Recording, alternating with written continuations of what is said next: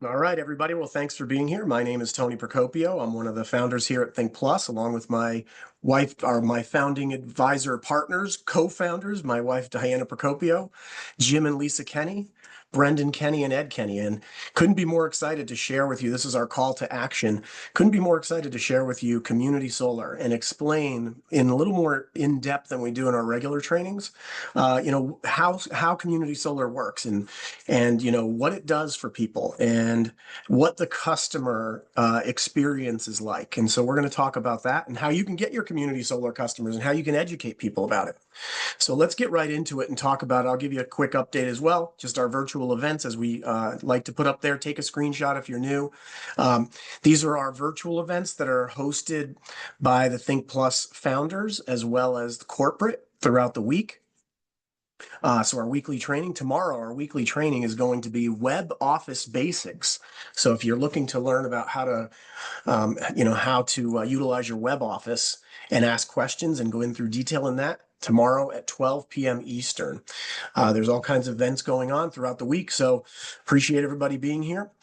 First of all, when it comes to community solar, here's the first thing you need to do. I mean, after you become an energy advisor, you have to get certified, okay? If you're not, and what did I have a typo in there again? There we go. I'm one of those, right? I'm one of those. I type too fast and sometimes I miss it. So, but anyway, you want to get certified immediately in your web office. And the reason why you want to do that is because you can't sign up any customers. Your website doesn't go active until you do, right? So go to the training and do, and especially in states where, where community solar training is required. There are a couple states that have that. There'll probably be more as we go. But you want to go in and do your set up your password. Click on the forgot password link when you're setting up your certification training so you can get into the certification and use the same email you used when you signed in. Get that new password, log in. You'll see all the training certification. You want to activate and do your regular Think Plus Energy certification. So you have to do that first. That will activate your website. And then in Maryland and in Illinois, you definitely want to, let me put all that up on the screen there. In Maryland and Illinois, there are separate community solar certifications in addition to the regular Think Energy certification. So you need to do those certifications. All right. And you have to do those. Otherwise, you cannot enroll customers in Maryland and Illinois. Now, once you do the certification, the regular Think Plus certification, you can actually enroll customers in all of the other markets for community solar. We have 11 of them, so 9 will be active right away. The rest, the other 2, you're going to have to do these certifications. So very simple, and I'll make a note too on the Illinois Community Solar certification. You also have to upload a picture of yourself, a square that's just a picture of you with no background, just a white background, just you, shoulders up, basically a headshot. You have to put in a square picture in order for it to work. All right. So make sure you upload a picture and then you're ready to go. Now you're certified and you're active and you have some tools available to you. You want to learn as much as you can about community solar. In the customer acquisition training that we have on our YouTube channel, youtube.com/@thinkbiggest, you want to go and do this customer acquisition training because Ed Kenny, one of the co-founders here at Think Plus, my business partner, he does an incredible job talking about specifically about community solar as well in the customer acquisition training, all the different ways and what the thoughts are, how you talk about it with people. So you want to do some of that. You want to get that into your brain so you can get the mentality down of how to gather customers quickly, right? So subscribe to our YouTube channel and watch that.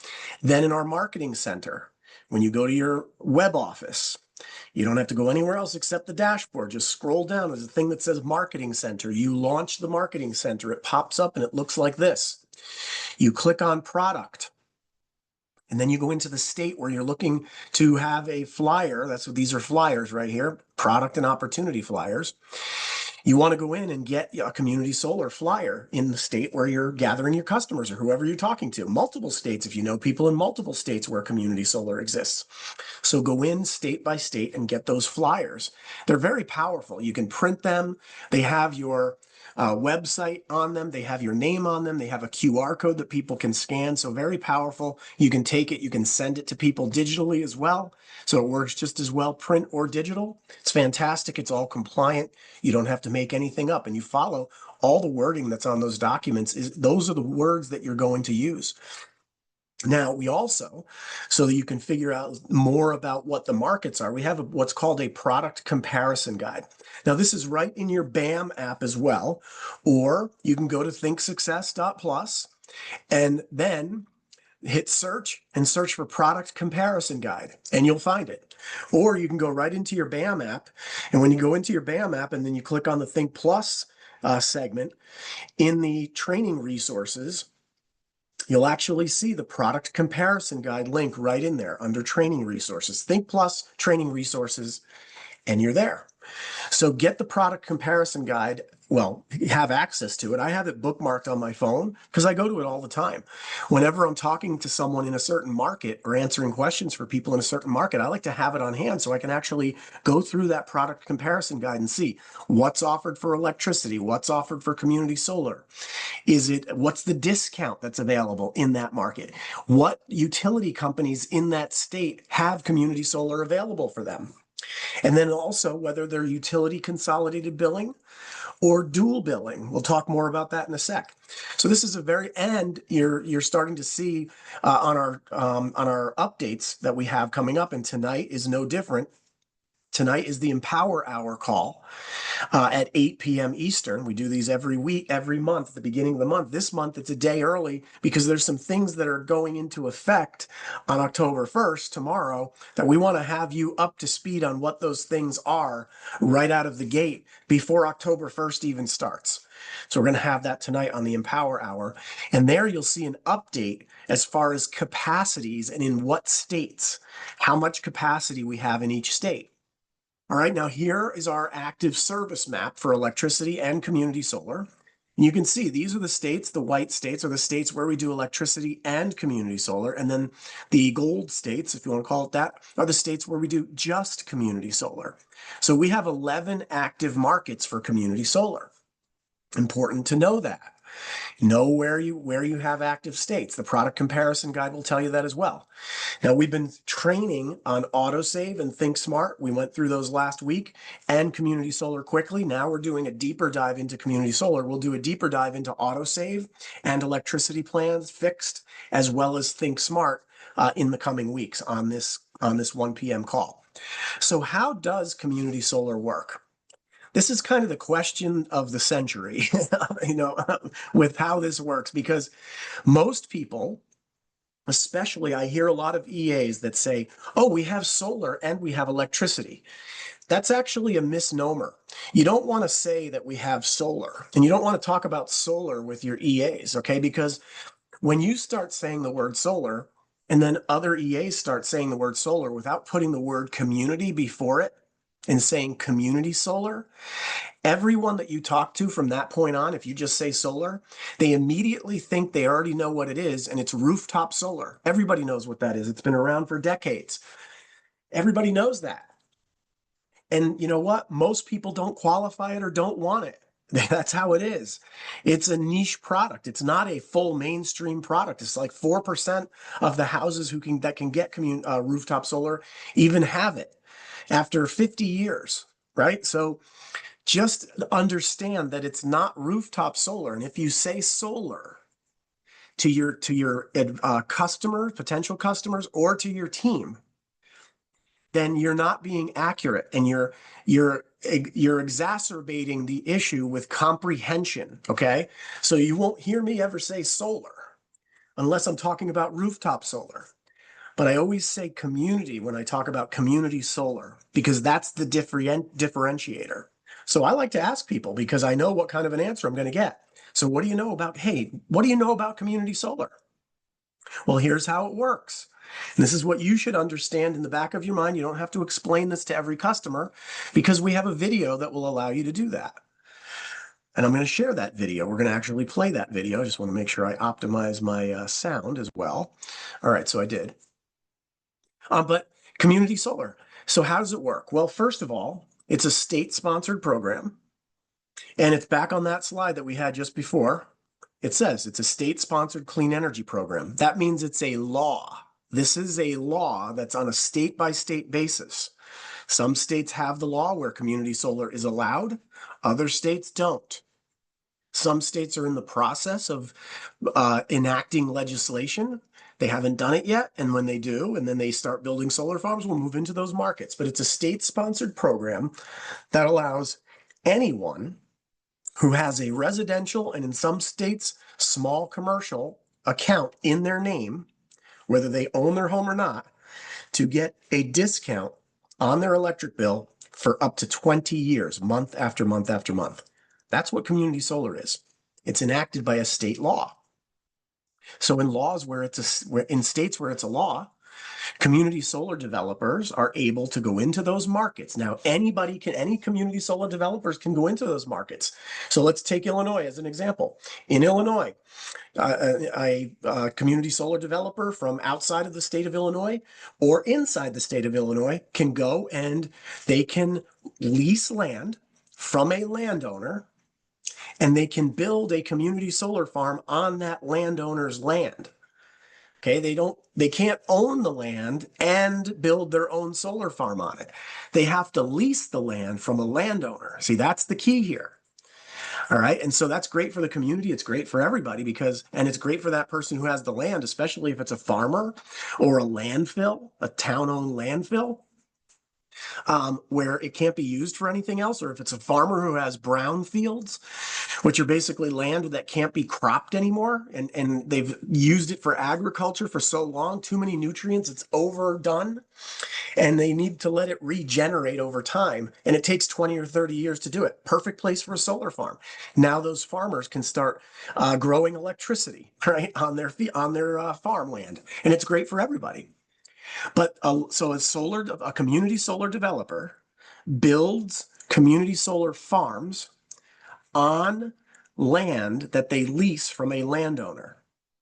All right, now there are states almost every state has solar farms, but they're not community solar farms unless there's a law that allows everyone with an electric bill, residential, and some states small commercial, to remotely connect to that solar farm and get a discount. So you'll see states like Texas where it's not a law for community solar. A big solar farm is being built and you see it on the side of the highway. Great. Well, guess what? Either a university or a town or a company is getting all of the energy from that solar farm. There's one off-taker. With community solar, in community solar states, multiple off-takers, literally hundreds and sometimes thousands of customers can remotely connect their electric bill to that one solar farm and get a discount on their electric bill. That's how it works. So it's like getting the benefits of rooftop solar without having to buy or install solar panels. So what happens is once that landowner leases the land to the community solar developer and then they build the farm, then the local utility company by law has to get that energy from that solar farm first. It has first priority to the local utilities grid. They have to buy it there first before they get the rest of their energy not from a community solar farm. So they have to get it from the community solar farm. So that's a great thing because the community solar farm electricity is lower cost than all of the other forms of electricity that these local utility companies can acquire for their customers. So they get this discounted energy from the community solar farm, and then that in turn lets them give you a discount on your electric bill. So those discounted solar credits appear on your bill, thereby lowering the overall cost of your bill. A lot of people ask this too. You know, is this a subsidized program? The answer is yes and no. Okay, so from a federal perspective, there are times, and there have been times, where community solar developers get incentives, like in the form of long-term financing agreements that give them favorable financing agreements to go and build a solar farm. It's like if you build it, they will come. But mostly, this is a state program, and so there's state incentives. So what the federal government does, it doesn't really matter that much because these are mainly state programs. But once the solar farm is built, I mean, maybe they got, maybe the the community solar developer got, had to spend $10 million to build a solar farm, and they got long-term financing incentives to do it. That's great. But once the solar farm is active and it gets turned on, like the sun hitting those panels now is sending energy to the local utility company, this whole ecosystem is self-sustaining. It does not require subsidies because it's all generated from the sun hitting the panels, then that energy going at a lower cost to the local utility company, who then sends that energy or sends a discount to that customer because they're getting their energy at a lower cost. They can put a discount on the bill through the form of solar credits. That's what they're called. It's a self-sustaining ecosystem. See, that's all it is. However many solar credits are generated by the sun hitting the panels on that solar farm, on that community solar farm, that's what the utility gets, and that's what they share throughout their subscribers, as they're called, customers.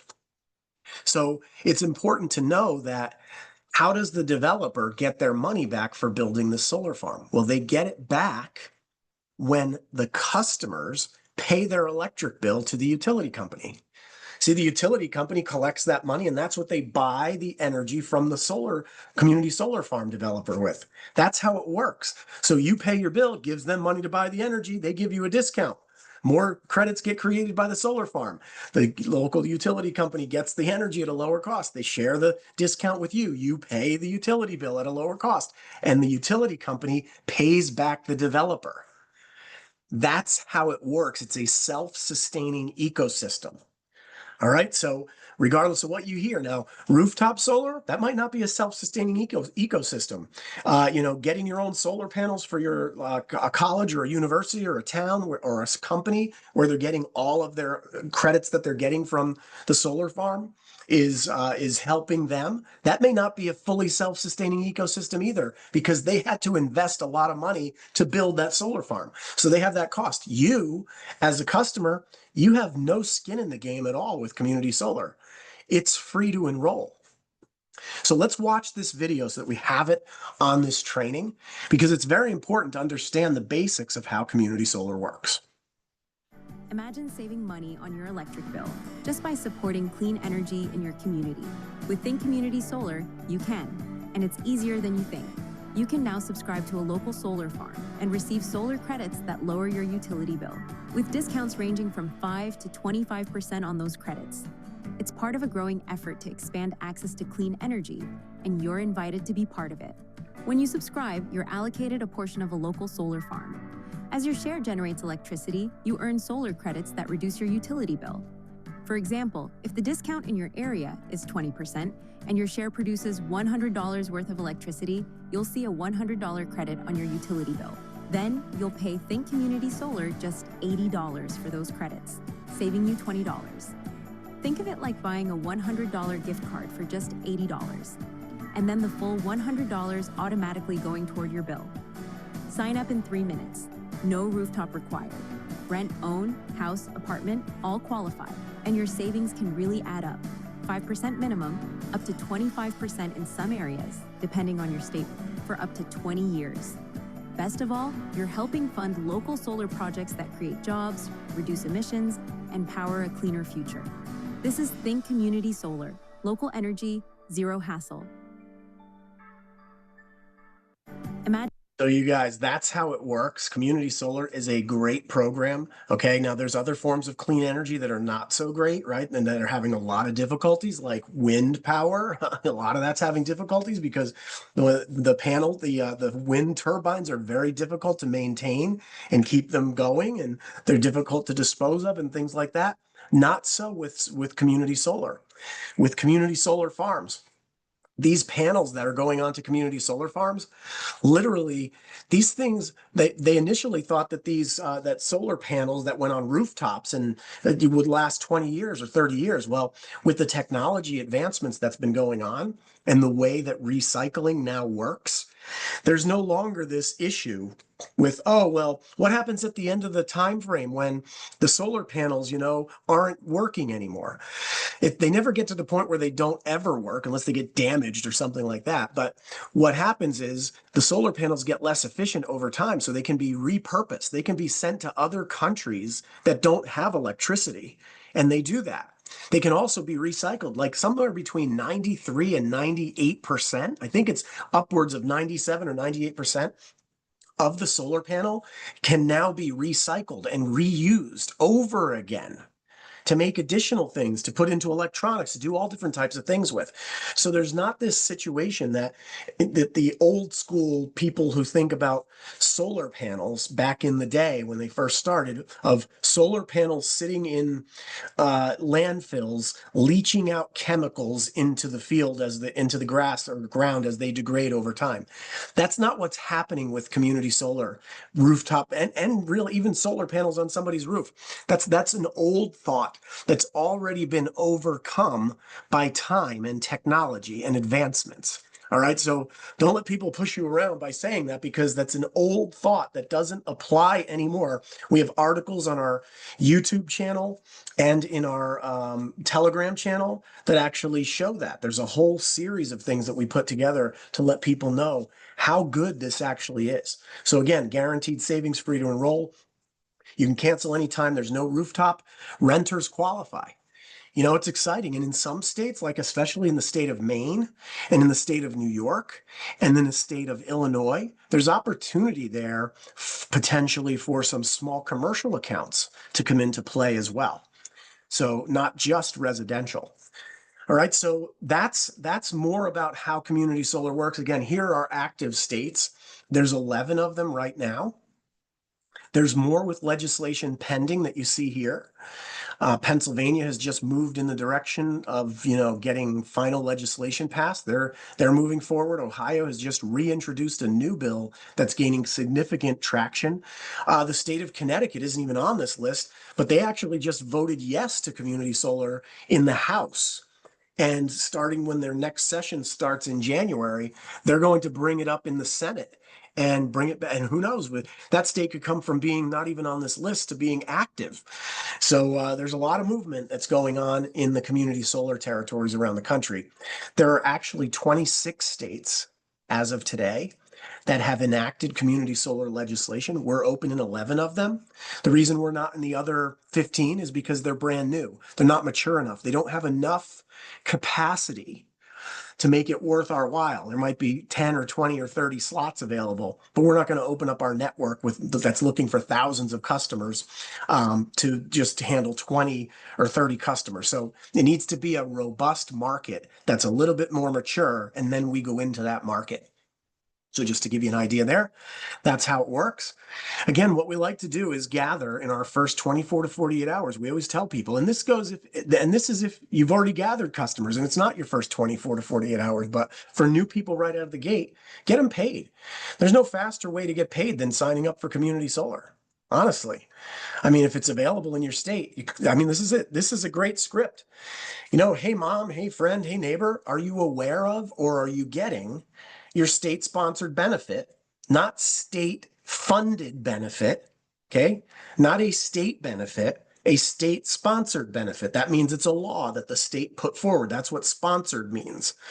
It's up to private industry to administer and actually build the community solar farms. That's a private industry. That's not the government. The government does not control community solar farms. Okay, so it's a state-sponsored law that allows private entities to build solar farms, and then everybody in the community can benefit from that. All right, it lowers your electric bill by up to 25% every month for 20 years, for up to 20 years. So first, grab a copy of your bill, and let's see if or what you qualify for. So let's see if you qualify and what you qualify for if you do. And then if you qualify, we can get you signed up. It only takes a minute. That's literally what we should be saying to people, and that's how it works. I just need to make this up to, because it should say up to. But yeah, it's very simple to, to take that to someone and utilize that as your talking points, and then utilize the bullet points that you saw on the last slide or a couple slides ago. Guaranteed savings. You have the flyer with you. You have it in your phone. You have it available so you can look right at the written points so you can substantiate that with your customer. Guys, if you're really into it and a customer wants to know, well, how does the community solar law work in my state? We have the list of all of the states that we operate in, and we have a link to every one of the state laws that enables community solar and gives and sponsors that benefit so that, the people in that state know that they're entitled to this benefit by law. So we have all of those links for people that really want that as well. Now, with community solar, there are two philosophies, right? Two philosophies. There's dual billing and there's utility consolidated billing. Two philosophies. So right now, our states where we have utility consolidated billing, and I'm going to show you that first before I get into dual billing. Utility consolidated billing states are Virginia for low and moderate income customers. New York is utility consolidated billing, okay? And New Jersey is utility consolidated billing. The state of Illinois has utility consolidated billing, but we've filled up all the utility consolidated billing farms, so there's none available. That's how fast we're moving. And so we have dual billing available in Illinois. All right, now there will be more states that bring about utility consolidated billing, like Maryland is expected to in the coming months. Certainly by January, it's supposed to be, available utility consolidated billing in that state in Maryland. So it's going to create this massive explosion with utility consolidated billing. Now, the way utility consolidated billing, or UCB, works is the customer signs up, takes 2 minutes to sign up. They continue to pay their bill the same way they always have with their utility company, and the discount for community solar, anywhere from 5 to 25%, goes right onto their bill every single month for up to 20 years. That's it. That's how utility consolidated billing works. Eventually, I think all the states will move to utility consolidated billing because it's a high adoption rate because it's so simple. Now, in the meantime, states that have dual billing, so these are states like the state of Maine, the state of, right now, Maryland, the state of Massachusetts, Rhode Island, states like Illinois that actually has dual billing as well, states like Colorado and Minnesota.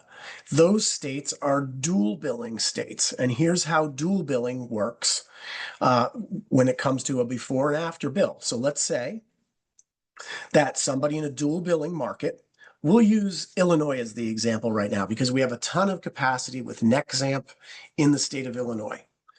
Okay.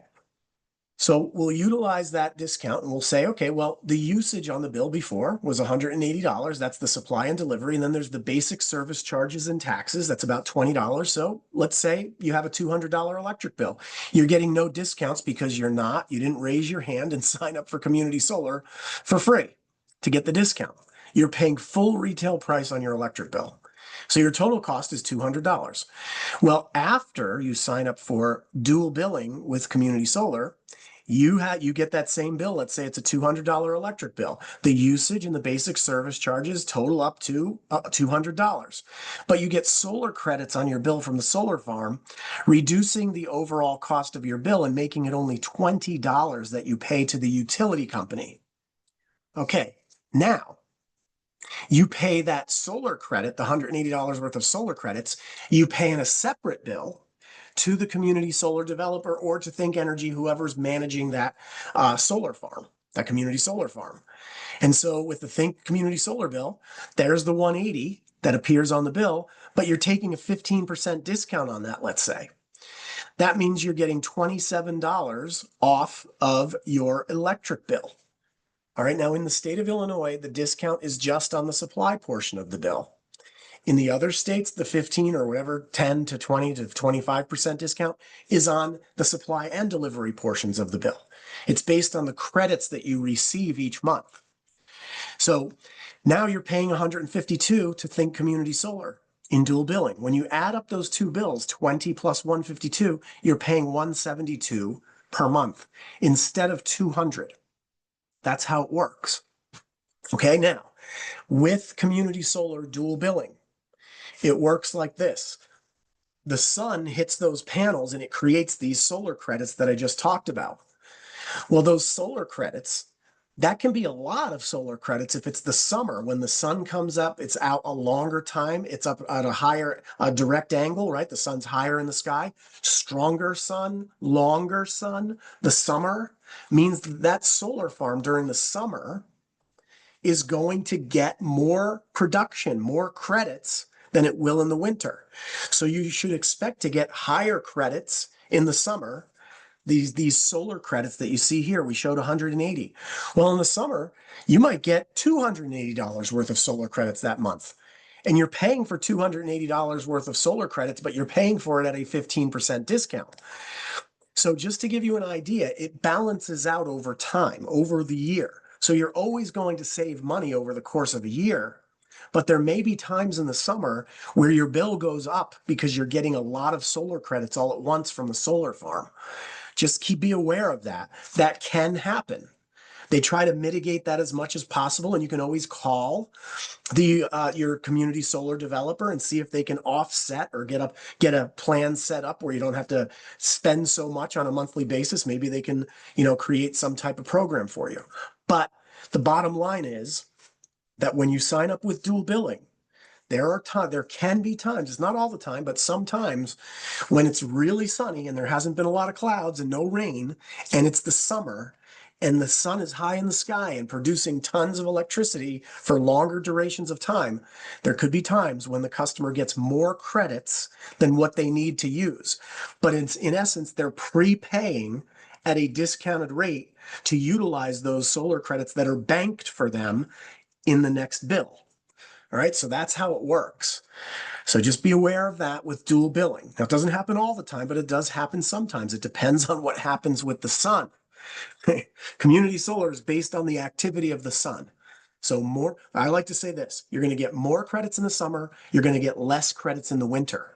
And when I say that, I like to say that means you might get more credits in the summer than you use, but then you'll be utilizing them in the winter to offset your bill when you're not getting a lot of solar credits. So there could be times where you have no electric bill from Think or from the developer of the community solar farm because you prepaid for some of those credits from production that happened months before. So that can happen as well. And that's always a good experience for people. And they're like, wow, I paid $20 for my electric bill. In the winter, potentially, that's maybe all you pay because you're utilizing credits from the summer to offset your usage in the winter. But again, getting 15% off your electric bill, 25% off your electric bill, I don't care how many credits they give me. I'd say, give me the whole year's worth of credits. I'll take them because 25% off my electric bill, that can be tens of thousands of dollars over the course of 20 years. So that's how it works. A simple way to think of community solar, dual billing was in that example. If I give you a $100 gift card to use on your electric bill, let's say I give you a $100 gift card and you can use it on your electric bill. It's the only place you can use it. And then you pay me $85 for that $100 gift card. You save $15, right? Then you go and pay your bill with that $100 gift card to your utility company. Awesome. You have 15% more spending power. Imagine if we did that every month for 20 years. You'd save $3,600. I mean, that's how it works. If you have a $200 electric bill, you save $7,200 over the course of time on 15%. What if you had a $400 electric bill? Well, you just save $14,000, and that's if it's at 15%. My gosh, we have people in the state of New Jersey that are saving hundreds of dollars a month on their electric bill because they have large electric bills and they're getting 25% off. They're going to save $20,000, $30,000, $40,000, $50,000 just by signing up for 2 minutes that it took them to sign up. There's a bill sample for dual billing that you can see in our NexAmp community solar training. It's on thinksuccess.plus. You can see it. And it shows you how the actual bill works. It shows you exactly, and you can take a look at it. My objective is not to explain everything about how the bill works. I just did with the example that I showed you before with a $200 electric bill, but here's an actual bill where you can see how it works with dual billing. Now, here's the mindset when educating people on dual billing in dual billing markets. And look, I've been working in community solar since 2018, so 7 years. And I've worked in dual billing markets most of the time because most of the markets are dual billing. And so I can tell you there's a mindset when you're educating people on dual billing. You have to have a mindset, you personally yourself. 20 to 33% of the people that you talk to, if you talk to 10, 100 people, 20 to 33 of those people are already on auto pay for their electric bill. That's what it is. The lowest is 20% in a state. The highest is 33% in a state in America. That's how it is. So let's just go with the middle range of that. Call it 25%. 25% of the people are already on auto pay for their electric bill. That's 20 to 33%. So that means when you go to those people, so 1 out of 5 or 1 out of 3, 1 out of 3, 1 out of 5 are already on auto pay for their electric bill. And they'll simply sign up for this because they're just going on auto pay for 2 bills instead of 1. And they're already on auto pay for 1 of them. So they don't care. They'll take the discount because they already pay their bill every single month without any issues. They're not trying to budget. They don't have issues with that. So 1 out of 3 to 1 out of 5 of the people you talk to in a dual billing market are going to become your customer right away. When you tell them you're already on auto pay for your electric bill, yeah, I am. Great. Let's get you on auto pay for this as well so that you can experience this discount. They're ready to go. Now that means there's 67 to 80% of people, let's call it 75%. So 3 out of 4 are not on auto pay for their electric bill. Well, there's different reasons why people are not on auto pay for their electric bill. One reason why is they're not candidates for auto pay. Okay, so out of these people, maybe half of these people, I don't know, but some of them are not candidates for auto pay. The other half, let's say, they have no reason to do it. So when I say half of the people are not candidates for auto pay, this is somebody that when you tell them how dual billing works, you show them and say, this is how it's going to work. You go on auto pay for your electric bill. You put in your credit card or your debit card or your ACH. So it's going to automatically come out of your bank account after you receive your electric bill. So it's going to automatically come out. There will be some people that will say, I can't do that. I have to budget. Sometimes I pay less on my electric bill. I'm not so good at that. I'm not good at keeping track. Sometimes I get behind a couple months. That person may not be a great candidate for auto pay. Now you can explain the discount and maybe some of them will say, yeah, that's worth my while. If I can get, 10, 20, 25% off of my electric bill, it would be where I could actually work out how to budget for that. Okay, but some of them are just not going to be, they're not going to be candidates. The other half, they're candidates. They're just not on auto pay for their electric bill because nobody's given them a reason to be on it. It's kind of like the way the cell phone industry used to be. They didn't have auto pay. Well, that was a long time ago. Well, now just about every company out there gives you a discount for being on auto pay. And there's a massive amount of people who are. So the other half of these candidates, or whatever that percentage would be, that are not on auto pay, they would be on auto pay if somebody gave them a discount for doing it. Their electric company doesn't give them a discount for doing it. I've been on auto pay on my electric bill for like a decade. I don't know, whatever. I've never gotten a discount from my utility company for getting onto auto pay. They just charge me the full amount. No discount. It's not like the cell phone companies. So because there's no incentive for people to do it, that's why they don't do it. Now, if you come to those people and you say, hey, just like you do on your cell phone bill, are you on auto pay for your cell phone bill? Great, you get a discount for doing it. You can do the same thing with community solar. You can go on auto pay and get a 20-year discount on your bill. So 80% of people in this country pay their mobile phone via auto pay. Those are the candidates you're looking for, like 80% of the people, literally. So that means 20% are not on auto pay for their cell phone bill. Maybe those people are not the people you're looking for. They're not accustomed to auto pay, and that's fine. Just know that you're not going to get every customer up front, But if you ask the right questions, you'll get a large percentage of them. You'll end up with 3, 4, 5, 6, 7 out of 10 will be ready to become your customer. And the others, they're like, no, I can't do it. I can't do an auto pay.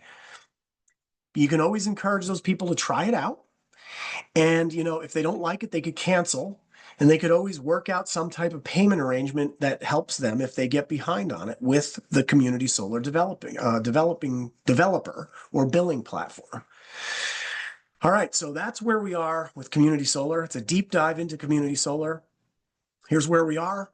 Again, we're active in 11 states for community solar. We have a whole bunch of electricity and autosave states as well. And I'll do a deep dive into them as we go further. So I appreciate everybody being here today. If there's any questions about the community solar content that we had on here today, please let me know and I will answer them for you. You can put it into the chat. So Steve, I appreciate it. Actually, Steve says, I find that when talking with candidates, they only hear solar, even when I say community solar, which always gives me the chance to do the needed explanation. Yes, to explain the difference. Perfect. I always ask people, this is great. I love it, Steve. That's fantastic. Are you familiar with the free community solar state-sponsored program? Great question, Steve. Phenomenal. And then, the solar farms out in the fields you drive by. Yeah, oh yeah, I've seen those before, right, Steve? Like if you asked me and I didn't know about it, I'd be like, yeah, I've seen them. I see them over by the police station. I see one in the town. Yeah, I see one along the side of the highway. Sure, I've seen them. Steve says, I find it helps driving curiosity without them feeling ignorant and stupid. Great. Yeah, we don't want to make them feel ignorant or stupid. But yeah, definitely. Hey, you just didn't know about it. That's fine. So definitely, I love that. So those solar fields, you're leading them. You're asking questions and leading them to where the conversation needs to go, which allows you to educate them about the program. Absolutely. You have a video to explain the program. You have a website to explain the program. You have a flyer to explain the program. You have your team members, your sponsor to help you explain the program to a customer. There's really no, Stephen, I'm sure you'll agree with this too. There's no reason to not be educated about this. Like as an advisor, there's no reason for you not to be educated about this. And there's no reason for you not to reach out to everybody you know about community solar because the answers are all there. It's only going to be a good outcome for the customer. There's only one thing that happens over time with a customer with community solar. Their bill goes down. Like they save money over the course of the year. There's nobody on community solar in any market that is not saving money over the course of the year. Sure, they could pay for more credits in the summer than they do in the winter, but over the year it balances out. They're saving 5 to 25% on their electric bill no matter what. So I appreciate that comment, Steve. Appreciate your insight there. And I know you've been active in the community solar market as well. Probably almost as long or maybe even longer than I have been. So appreciate that. I'll stick around for another sec here. If anybody has any questions, feel free. Steve, I see you raised your hand. Go right ahead. I just wanted to follow up with what I put in the chat. That gives me all I do at that point after, they say I don't really know anything about that, is that gives me permission. That's when I asked if I can give them the video. Fantastic. I love it. It's just to lead them into giving me permission. So yeah, absolutely. So how often do you use the video when somebody says, no, I don't know anything about community solar. What is it? I always send them the video. Like great. They're gonna get that as the explanation. So love it. Yeah. And that's why we have the video, Steve, because it just gives you the full, if I always like to say that, right? If a picture's worth 1,000 words, what's a video worth? Right. 10 million words. So yeah, appreciate that insight, Steve. And yeah, keep up the great work. Thank you. All right, everybody. Let's see. I'm on chat still here. So let's see, Don, if people have a credit card available for dual billing states, they can get points, etc., for setting up auto pay that way. Yeah, you think about that, right? If somebody came to me and said, I don't have community solar in my state, but if it was dual billing in my state, in Connecticut, it's not even available yet. But when it does become available, and if it is dual billing, I will sign up immediately because of that exact reason, Don. I have credit cards that give me points. Why wouldn't you do that? Most of these states, like with Nexamp, you're not paying a credit card fee. There's no fee. They're not assessing a 2.9% or 3.5% credit card fee. So when you put your credit card in the state of Illinois, with community solar, and you have points, let's say you get 2% on your credit card on whatever, 1%, 2%, 3%. Let's go with 2%. You're saving 15% with community solar, and now you get 2% cash back. That means you're saving 17%.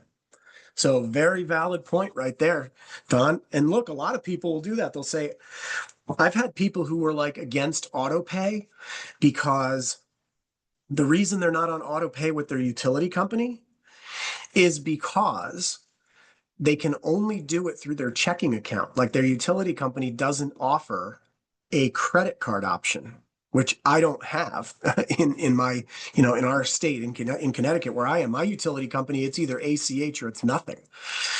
It's either your checking account or nothing. And so there are a lot of customers that aren't on auto pay because they don't want it coming out of their checking account because that's their cash flow. But if it can go on their credit card and they can pay their credit card minimum payment or a little bit more or whatever they want, not take a hit on their credit rating, but carry a little bit until the next month, and they can create their own budget for auto pay without upsetting their cash in their checking account, then they'll do it too, especially if there's points there. So yeah, it's a valid point. So I appreciate that, Don. Good stuff. Good stuff. I know I can always count on everybody on these calls to make sure that there's additional things that I left out because, that's what it's all about. So I'll give it another sec, and then I appreciate everybody being here. We're getting a lot further into this than I thought. Wow. It's almost quarter up or a little bit more than that. All right, everybody, I'm going to let you get back to your day. This is Tony Procopio from New Fairfield, Connecticut, over and out. Everybody have a great day, and we'll talk to you soon. Thanks for being here.